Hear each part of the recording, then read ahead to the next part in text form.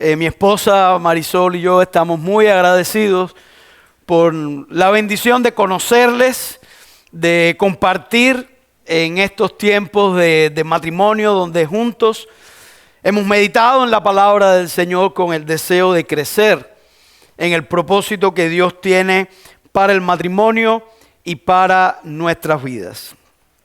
El mensaje que queremos compartir en esta mañana lo hemos titulado ¿Cómo glorificar a Dios en el matrimonio?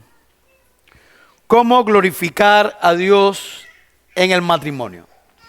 Y esa fue la propuesta de los pastores Nelson y Fabio, y me pareció un tema muy importante, muy necesario que podamos meditar en él. Porque este debe ser un anhelo de todo verdadero cristiano. Y decimos que es un anhelo de los cristianos, porque las personas que no conocen a Dios nunca van a tener como propósito en la vida, como deseo, como anhelo, glorificar a Dios, porque no tienen un encuentro personal con Dios, no aman a Dios sobre todas las cosas, no han reconocido el sacrificio de Cristo en sus vidas. Pero aquellos que hemos tenido esa experiencia, reconocemos que no hay nada más importante.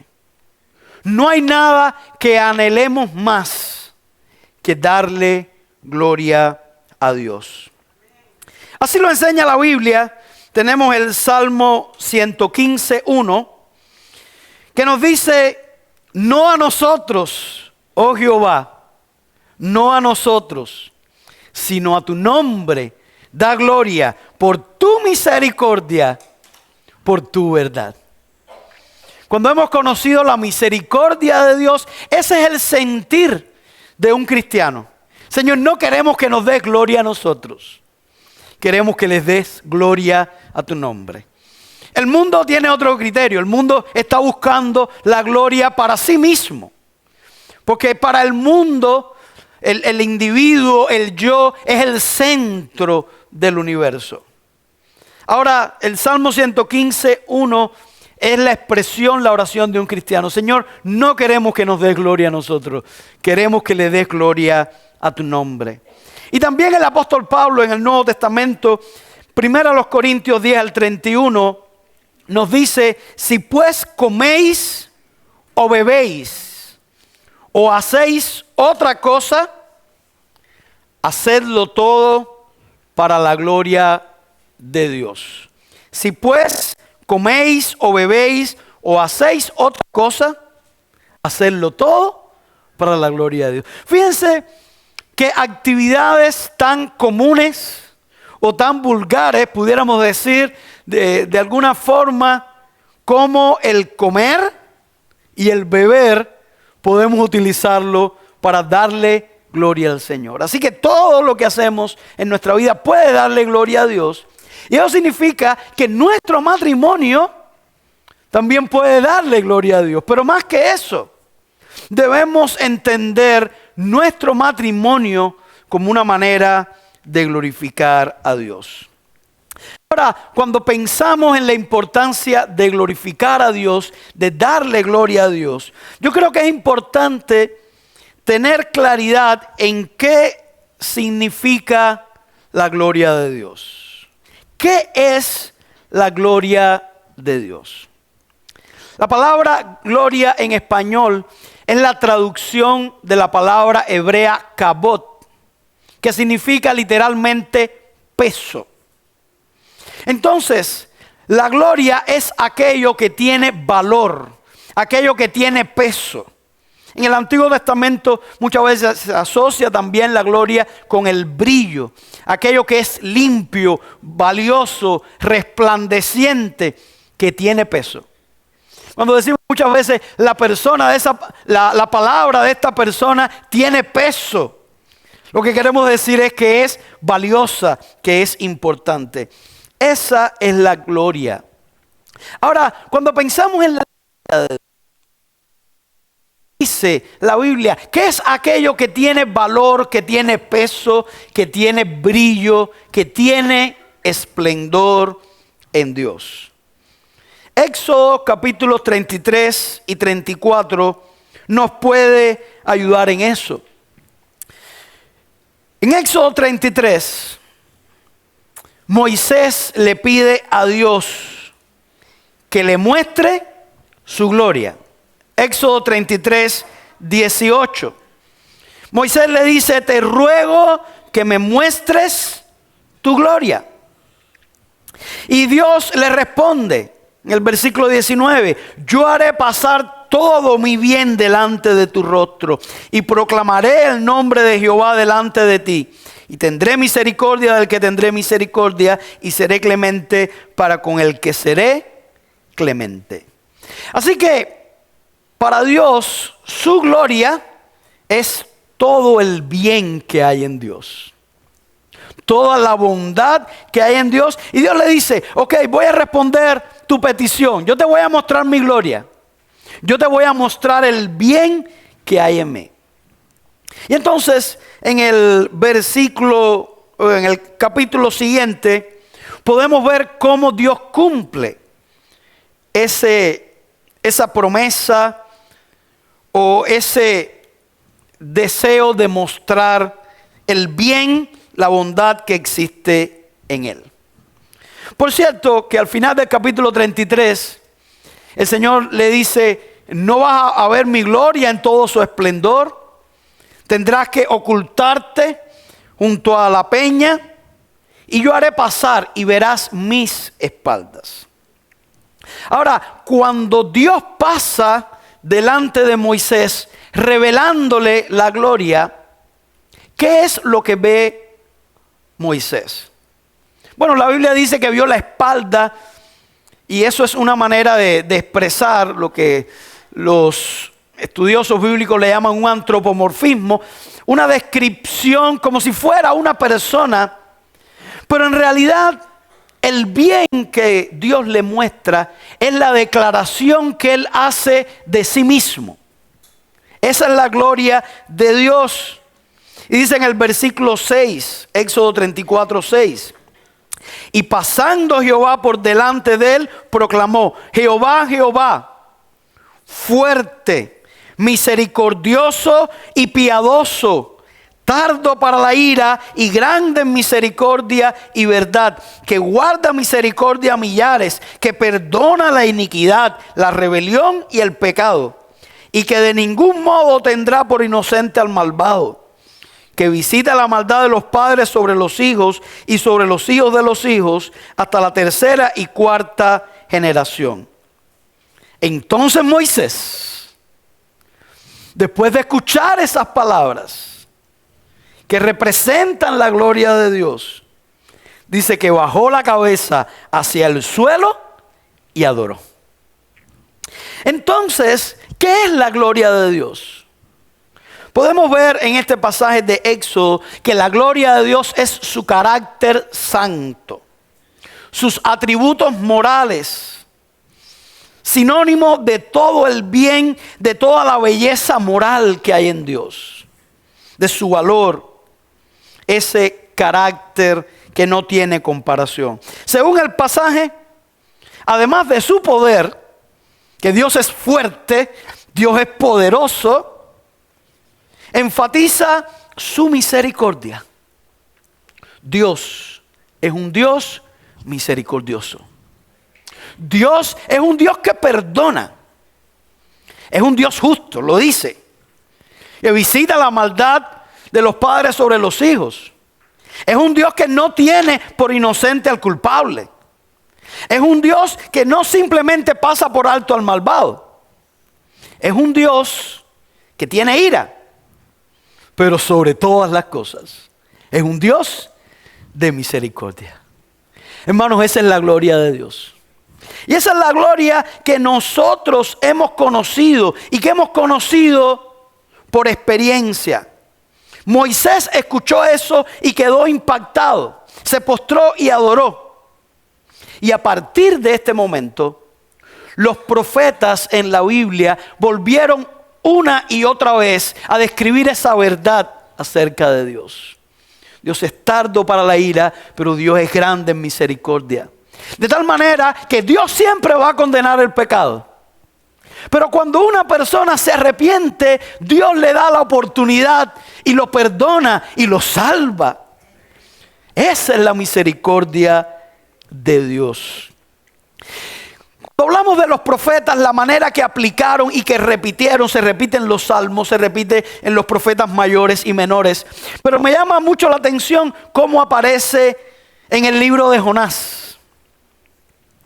Ustedes recuerdan que Dios llamó a Jonás para ir a predicar a Nínive, a los asirios, que eran personas terribles, habían sido enemigos de Israel, habían llevado a la cautividad al reino del norte, habían hecho cosas verdaderamente horribles. Así que cuando Dios le dice a Jonás que vaya a Nínive a predicar, Jonás salió en dirección contraria y se fue a Tarsis. ¿Ustedes recuerdan? Y la historia de cuando iba en el barco para Tarsis, finalmente lo arrojan al mar. En el mar el gran pez lo traga. Dentro del pez clama al Señor, hace una oración. El Señor lo perdona, lo lleva al destino que quería que fuera a predicar. Y llega a Nínive y empieza a proclamar el juicio que vendría sobre esa ciudad. ¿Y qué sucedió? La ciudad, las personas, ante ese mensaje se arrepintieron. Y Dios tuvo misericordia de ellos. Pero ¿saben cómo respondió Jonás? Dice Jonás 4:2 que Jonás hizo una oración. Y miren lo que dijo: ahora, oh Jehová, no es esto lo que yo decía estando aún en mi tierra. Por eso me apresuré a huir a Tarsis.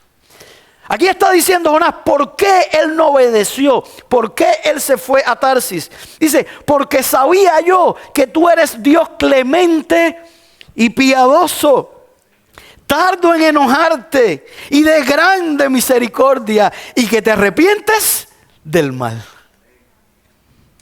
¿Saben qué podemos ver en estas palabras? Jonás era un excelente teólogo. Conocía a Dios muy bien, cómo Dios procede, cómo Dios se manifiesta. Jonás lo que era un mal misionero. Porque fíjense, él dice, yo no quería ir porque yo sabía. Yo sé que tú eres un Dios clemente.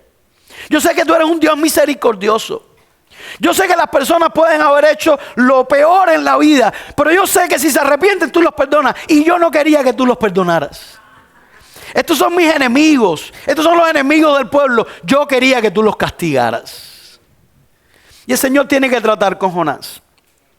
Pero lo que quiero resaltar aquí, y no vamos a hablar tanto de la parte misionera, pero lo que quiero resaltar es esa verdad que Él le reveló a Moisés, que los profetas entendieron. Y es que nuestro Dios es un Dios misericordioso. Es un Dios justo, es un Dios que condena el pecado, pero es un Dios que cuando el hombre se arrepiente, Él lo perdona. Ahora, dice el texto que lo que vio Moisés fue simplemente las espaldas de esa gloria. ¿Por qué las espaldas? Bueno, Moisés solo escuchó las palabras. Era una revelación en palabras. Pero esa gloria de Dios que Moisés escuchó en palabras se hizo tangible en Jesucristo.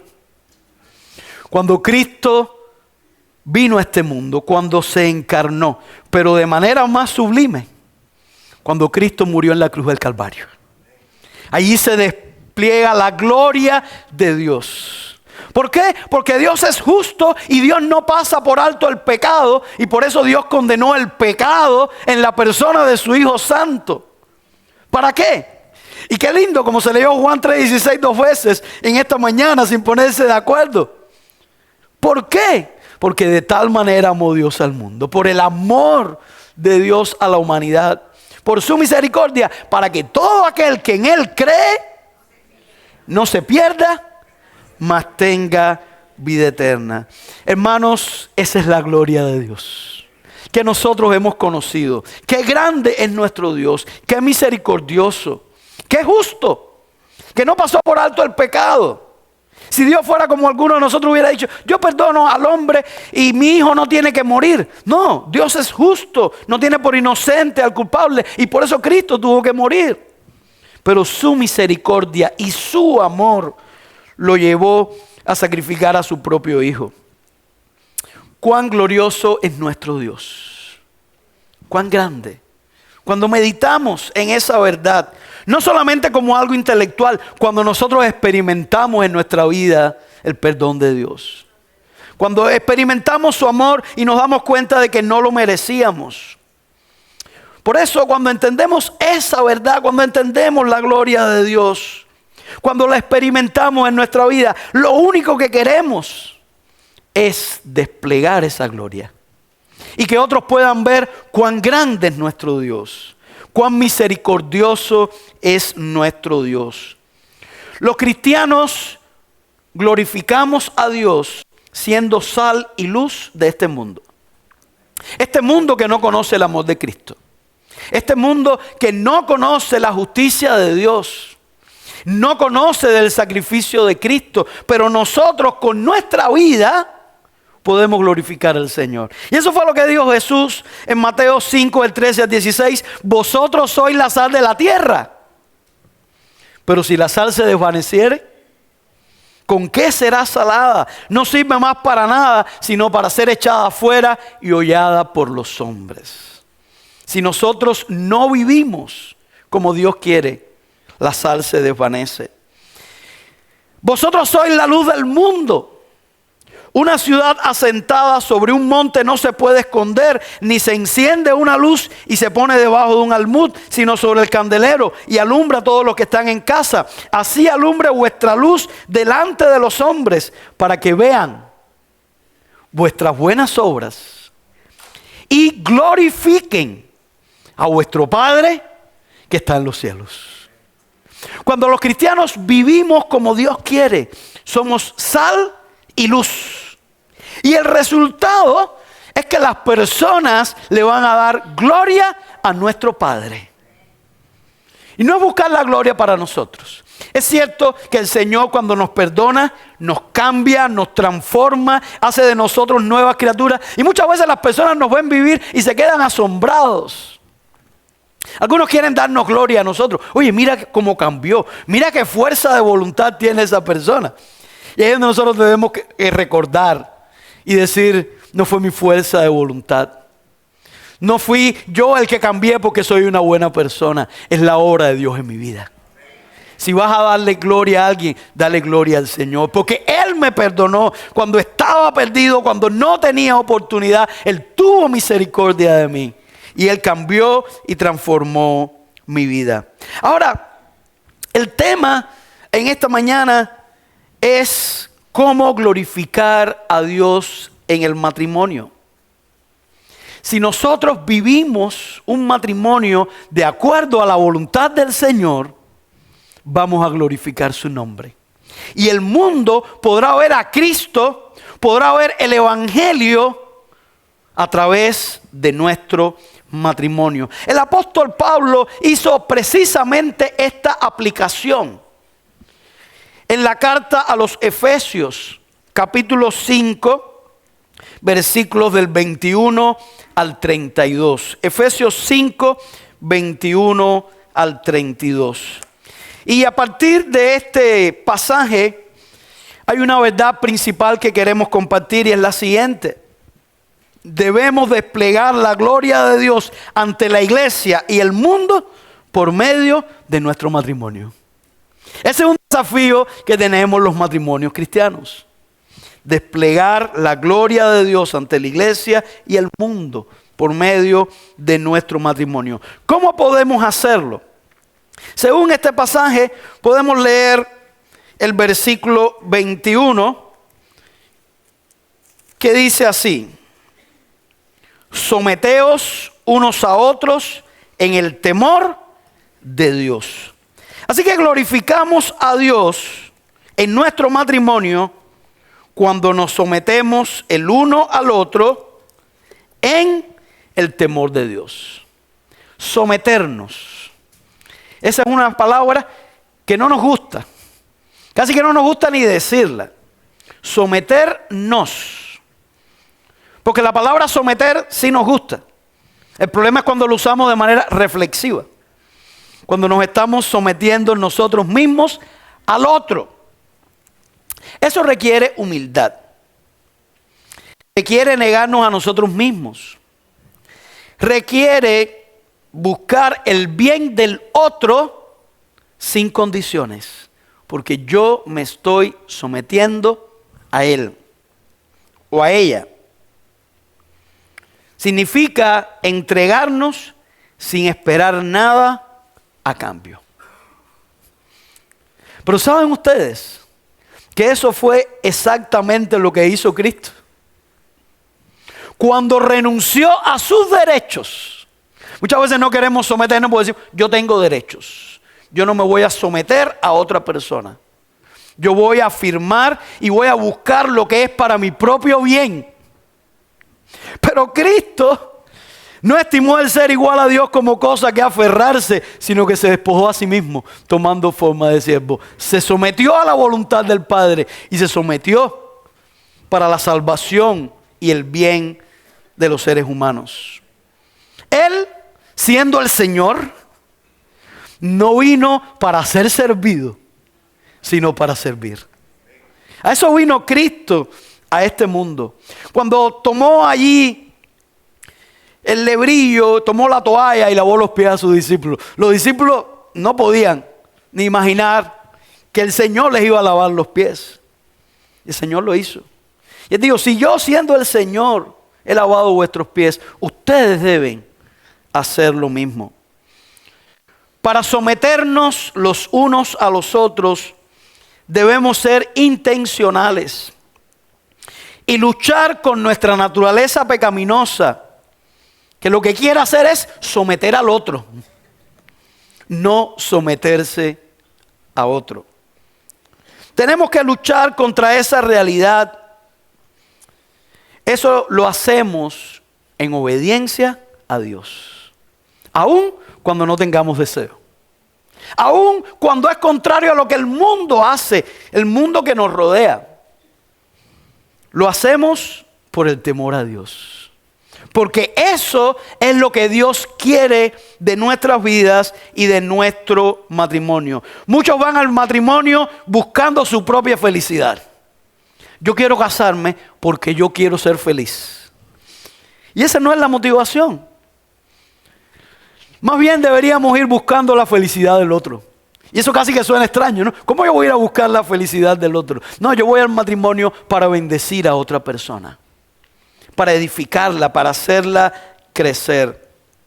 Así que glorificamos a Dios cuando queremos hacer su voluntad y renunciamos a nuestros derechos en lugar de buscar nuestro propio placer, beneficio o felicidad. La segunda manera en que glorificamos al Señor como matrimonio, según el pasaje, es cuando la esposa se sujeta al marido como la iglesia a Cristo. De la manera en que la iglesia se sujeta a Cristo. Lo vemos en los versículos 22 al 24. Las casadas estén sujetas a sus propios maridos como al Señor. Porque el marido es cabeza de la mujer, así como Cristo es cabeza de la iglesia, la cual es su cuerpo y Él es su Salvador. Así que como la iglesia está sujeta a Cristo, así también las casadas lo estén a sus maridos en todos. Aquí vemos la exhortación a la esposa a respetar a su marido, a dejarse guiar en el matrimonio y en la vida. Por supuesto, el feminismo radical, al leer algo como esto, se escandaliza. ¿Cómo es eso de la mujer sujetarse a un hombre? ¿Cómo es eso de que el hombre es la cabeza? ¿Cómo es eso de que el hombre guía y toma el liderazgo en la relación? Eso es un escándalo en el mundo contemporáneo. Y estamos rodeados de eso, de esa información, de esa manera de pensar que es del mundo, no es lo que la Biblia enseña. Miren, eso no significa que el hombre sea superior a la mujer esencialmente o por naturaleza. No significa que el hombre sea más importante o más valioso que la mujer. La Biblia es clara. En Cristo no hay hombre ni mujer. Somos coherederos de la gracia de Dios. La Biblia le da un valor. Y Jesús le dio un valor a la mujer que no existía en los tiempos bíblicos. Aún en la actualidad, vamos a ver cómo el Señor aprecia a la mujer. Y después lo que le pide al hombre. Así que los hombres no se embullen mucho todavía. Pero la Biblia presenta a la mujer como vaso frágil. Como algo que hay que cuidar. Como algo que hay que guiar. Tal vez la mejor manera de ver esta relación y que no hay una diferencia de valor. Primero los Corintios 11:3 dice, pero quiero que sepáis que Cristo es la cabeza de todo varón. Y el varón es la cabeza de la mujer. Y Dios la cabeza de Cristo. Fíjense la relación dentro de la divinidad. El Padre y Cristo tienen una relación donde funcionalmente el Hijo se subordina al Padre. Pero no significa que el Padre sea más valioso o más importante que el Hijo. Ambos son Dios, tienen la naturaleza divina, comparten ese valor. Pero tienen una función muy clara, donde el Hijo sigue la dirección en obediencia del Padre. La mejor manera en que una esposa puede proceder, independientemente del comportamiento del esposo, es la sujeción y el respeto. Eso es lo que el Señor espera de la esposa. Y nuevamente, si nos sometemos unos a otros en el temor de Dios, si tenemos temor de Dios, es lo que la esposa va a procurar. Por supuesto, siempre que esa sujeción y respeto no nos lleve a violar nuestra lealtad suprema, que es a Dios. Pero debemos ser conscientes, las esposas deben ser conscientes de que la sujeción y el respeto puede cambiar aún al esposo inconverso. Cuando la esposa está haciendo lo que Dios quiere, mucho mejor que cualquier otra estrategia. Y claro, las mujeres tienen muchas estrategias para lograr cambiar al esposo, para lograr algo del esposo. Pero recuerde esto, la función de la esposa, contrario a lo que el mundo piensa, no es manipular, controlar o mandar al esposo, sino orar por él y apoyarlo para que tome las mejores decisiones a favor del hogar. Bueno, escucho muchas voces masculinas por ahí y esta parte era para las hermanas. Pero bueno, no se embullen los hombres, que vamos a llegar a ellos también. Así que no estén muy contentos. Sí, porque la esposa pudiera decir, pero yo tengo mejores ideas. O yo soy más inteligente. O yo tengo mejor educación. ¿Por qué tiene que ser el esposo quien es la cabeza y quien guía? Porque es lo que enseña la palabra del Señor. Y porque son los roles que están bien definidos. Para que en el matrimonio no haya una guerra civil. A ver quién sabe más y a ver quién dirige y a ver quién domina al otro. Sino que en obediencia al Señor. Seguimos el propósito y lo que Dios quiere. Muy bien, está muy contento. Vamos a ver si dentro de un momento siguen diciendo ese amén con esa fuerza. Esposas. Aun cuando no tenga deseo de sujetarse, aun cuando no haya el deseo, aun cuando el mundo le está diciendo que no se sujete, aun cuando tal vez su familia le está diciendo que usted tiene su derecho y que tiene que afirmarlo y que no se sujete, la esposa cristiana que quiere glorificar a Dios debe hacerlo por una motivación mayor: el temor a Dios, la obediencia a Dios y darle gloria a Dios. Porque cuando la esposa respeta y se sujeta al marido, está mostrando la manera en que la iglesia se sujeta al Señor Jesucristo. Y respeta al Señor Jesucristo no por fuerza, sino por amor. Y esa es la motivación. Que el esposo esté agradecido de tener una esposa cristiana. ¡Qué bendición!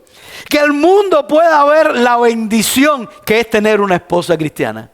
Que aún el mundo diría, yo quisiera una esposa así. Y que en la iglesia se pueda reflejar el plan y el propósito de Dios.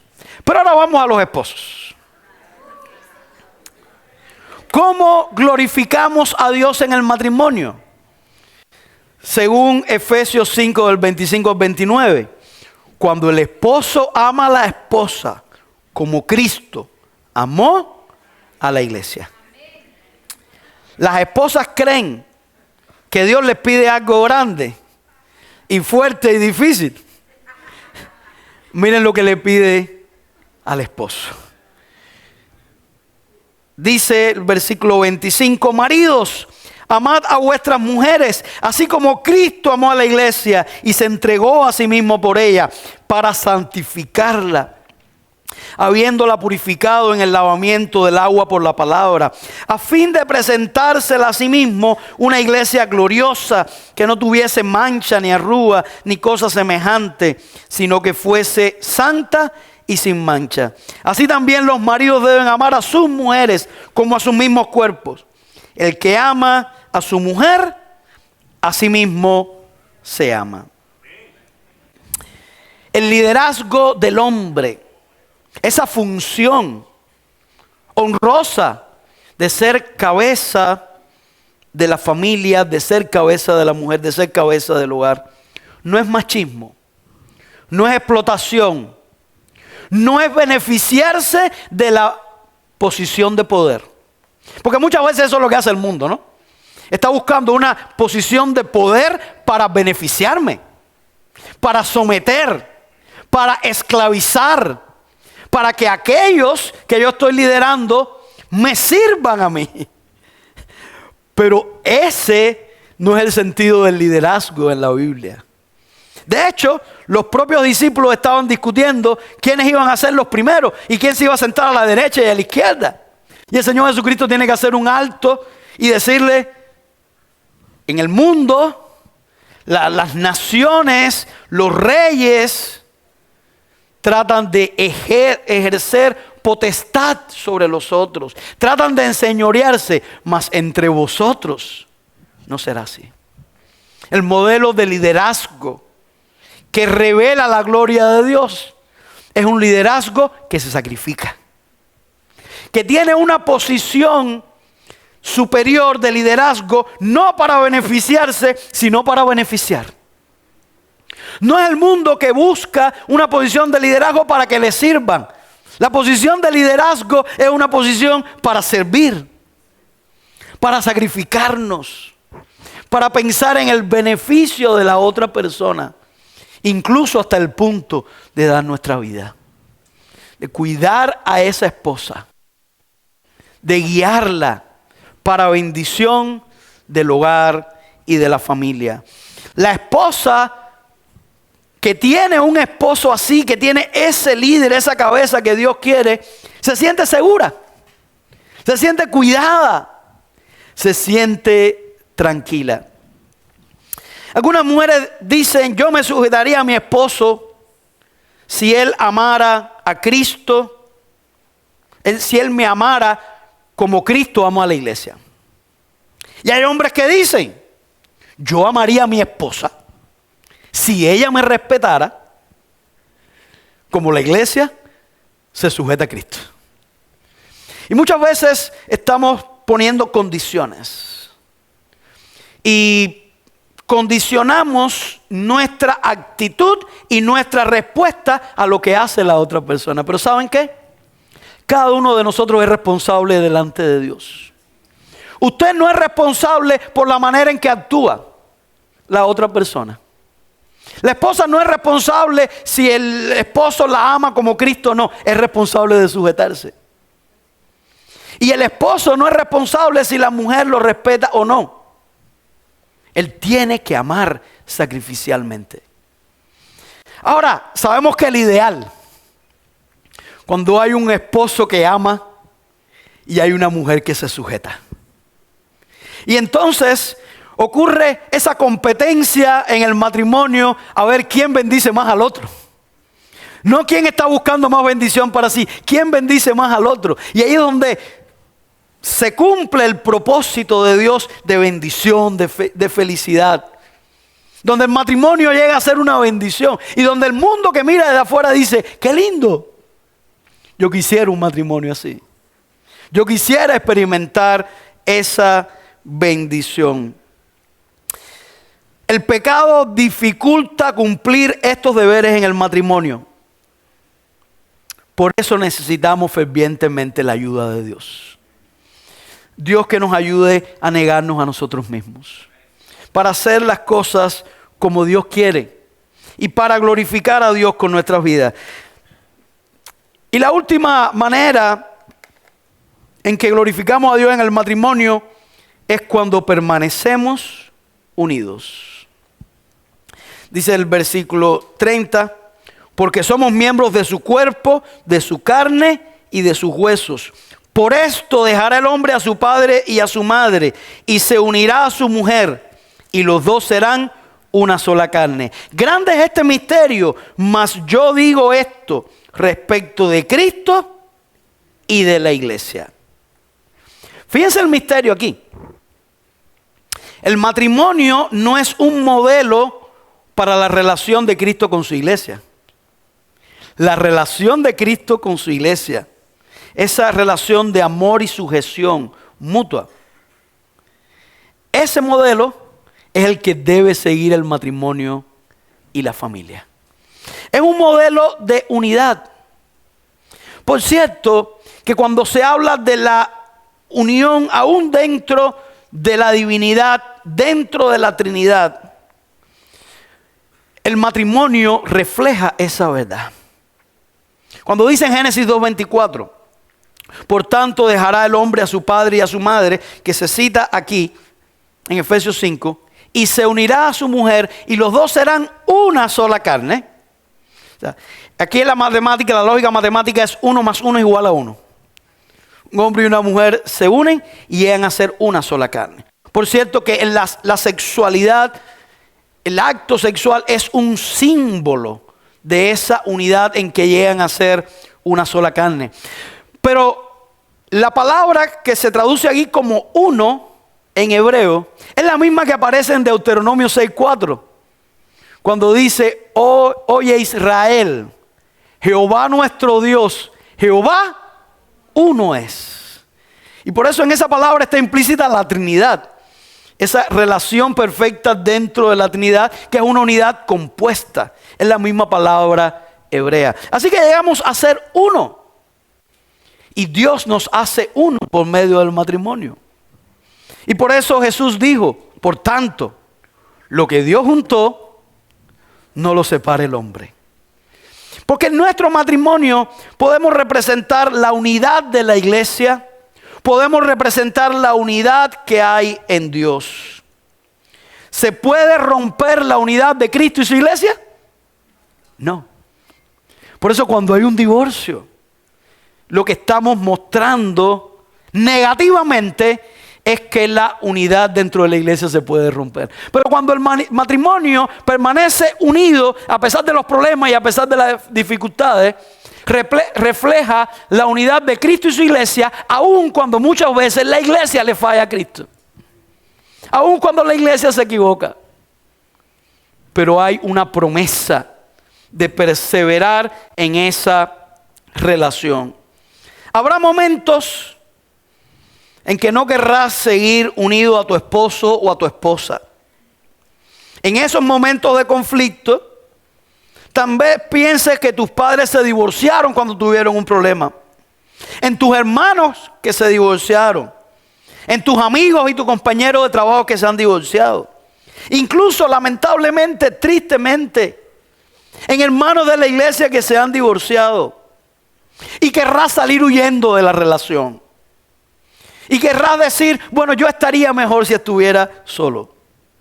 Pero si piensas en la gloria de Dios, en lo que estás comunicando con tu matrimonio, desde el punto de vista positivo cuando están juntos, Y desde el punto de vista negativo, cuando rompes eso que Dios ha unido, harás hasta lo imposible, si estás buscando la gloria de Dios, para no distorsionar la gloria de Dios y reflejar la unidad entre Cristo y su iglesia. Y la unidad dentro de la divinidad. Para que eso ocurra, necesitamos perdón. Y es algo que hemos hablado en todas estas noches. Y ayer veíamos la frase de Ruth Bell Graham: un matrimonio feliz es la unión entre dos buenos perdonadores. Hermanos, cuando nosotros nos perdonamos en el matrimonio, estamos reflejando el evangelio por excelencia. Porque ¿saben qué cosa es el evangelio? Que Dios ha tenido misericordia de nosotros, aun cuando éramos pecadores, aun cuando estábamos actuando en contra de Dios, ofendiendo a Dios. Dios pasó por encima todo eso y por su amor, Cristo murió por nosotros. Entonces, cuando nosotros nos perdonamos, estamos reflejando la gloria de Dios. Cuando el amor y la misericordia se sobreponen a la ira. Porque en el matrimonio hay ira. Y la Biblia dice: todo hombre sea pronto para oír, pronto para hablar, o tardo para airarse, para hablar, y tardo para airarse. Porque la ira del hombre no obra la justicia de Dios. Muchas veces, con nuestra ira, llegamos a tomar decisiones que son destructivas. Pero ¿saben qué decía aquella declaración que refleja la gloria de Dios? En Éxodo 34, que Dios es tardo para la ira y grande en misericordia. No permitas que la ira, no permitas que el resentimiento destruya. Que el amor prevalezca, que la misericordia prevalezca para poder glorificar al Señor. Un matrimonio que vive como Dios quiere, según nos enseña Efesios, refleja la gloria de Dios. Y eso se hace aún más evidente cuando un matrimonio no conocía a Dios y tiene un encuentro con Jesucristo y experimenta una transformación. Un cambio de cosmovisión, un cambio de actitud. En nuestra iglesia tenemos un matrimonio joven. El hombre había tenido problemas con el alcohol, las drogas. Llegó a la iglesia destruido, su matrimonio estaba al punto del colapso. Y él llegó a la iglesia un día llorando, pidiendo oración, llorando literalmente y pidiendo oración literalmente. Y ese joven se entregó a Cristo. Un matrimonio con 4 niños que estaba al borde de la destrucción. Y recuerdo cuando compartieron su testimonio para el bautismo. La esposa también compartió su testimonio. Ella también se entregó y ella dice: yo me entregué porque cuando él empezó a la iglesia, yo dije, esto va a ser más de lo mismo, aquí no va a suceder nada. Pero cuando yo vi el cambio en la vida de él, me di cuenta, esto es real. Yo también lo necesito. Los 2 se bautizaron. Hoy él está estudiando en el seminario para ser pastor.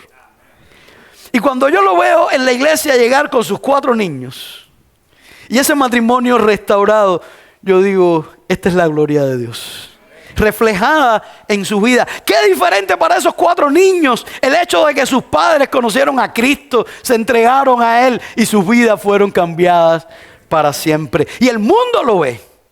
El mundo, cuando ve lo que era un matrimonio antes de Cristo y ahora ve un matrimonio después que los 2 se entregaron al Señor, el mundo puede ver la gloria de Dios. Pero aún si has tenido la bendición de ser cristiano antes de ir al matrimonio, tienes la oportunidad de reflejar. Y el mundo muchas veces critica a los cristianos, critica la Biblia, pero cuando el mundo ve a un matrimonio vivir como Dios quiere, se da cuenta, yo no tengo eso. Yo quisiera eso. Eso es una bendición. Tú y yo somos llamados a magnificar a Cristo. Y quiero presentarles brevemente este pasaje en Filipenses 1:20, donde Pablo dice: conforme a mi anhelo y esperanza de que en nada seré avergonzado, antes bien con toda confianza como siempre, ahora también será magnificado Cristo en mi cuerpo, o por vida o por muerte. El anhelo, la esperanza de Pablo era magnificar a Cristo. Y lo opuesto de magnificar a Cristo para Pablo era quedar en vergüenza. Si yo no magnifico a Cristo, voy a quedar en vergüenza. Todo cristiano que no magnifica a Cristo queda en vergüenza. Porque ese es el propósito de nuestra vida. Y deberíamos avergonzarnos de no magnificar a Cristo. Pablo está diciendo: yo tengo la confianza que voy a magnificar a Cristo, ya sea por vida o por muerte. Y estaba preso y lo podían matar. Dice: no me interesa si es por vida o por muerte. Yo lo que no quiero es quedar en vergüenza. Y lo que no quiero es dejar de magnificar a Cristo. ¿Pero qué significa magnificar a Cristo? El glorificar a Cristo. Hay dos instrumentos que nos permiten magnificar. Y aquí lo tenemos: el telescopio y el microscopio. El microscopio toma algo que es muy pequeño y lo magnifica, lo amplifica y se puede ver grande. El telescopio toma algo que es muy grande, pero que está tan lejos que se ve pequeño. Y lo que hace el telescopio es magnificar, para eso que es grande, pero que está lejos, poderlo ver un poco más de acuerdo a la grandeza que tiene. Nosotros somos llamados a magnificar a Cristo. Pero recuerda eso, no a magnificarlo como un microscopio. Porque no es que Cristo es chiquito y nosotros tenemos que hacerlo grande. Nosotros no podemos hacer a Cristo más grande de lo que es. Nuestra vida debe ser un telescopio.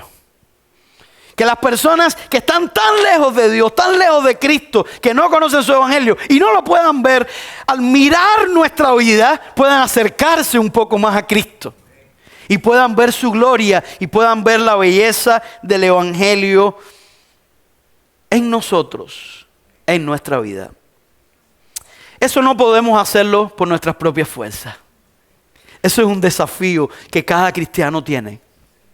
Y necesitamos depender de Dios completamente. Algo que muchas veces no nos damos cuenta en Efesios es que Efesios 5:18 es parte de este argumento, pero lamentablemente tiene un subtítulo, y cuando nosotros vemos un subtítulo nos parece que cambió la idea completamente. Pero lo que me gusta de esta conexión es que dice Efesios 5:18: no os embriaguéis con vino en lo cual hay disolución. La gente toma vino para alegrarse, para tener valor, para olvidar las penas. Pero la Biblia es clara: sí, te puede ayudar en algunas de esas cosas, pero al final trae consigo disolución, conflicto, problema. Antes bien, sed llenos del Espíritu Santo. Porque cuando somos llenos del Espíritu Santo, tenemos todas esas cosas. Tenemos valor, tenemos satisfacción, tenemos placer. Podemos enfrentar los problemas más grandes y sin problemas. Y sin conflicto, sin disolución. Y de una manera mucho más plena de lo que nos puede satisfacer el vino. Antes bien, ser llenos del Espíritu Santo. Y saben que someternos los unos a los otros. La esposa sujetarse al esposo. Como la iglesia a Cristo. El esposo amar a la esposa como Cristo amó a la iglesia y se entregó a sí mismo por ella. Y mantenernos unidos es algo para lo cual es imprescindible estar llenos del Espíritu Santo.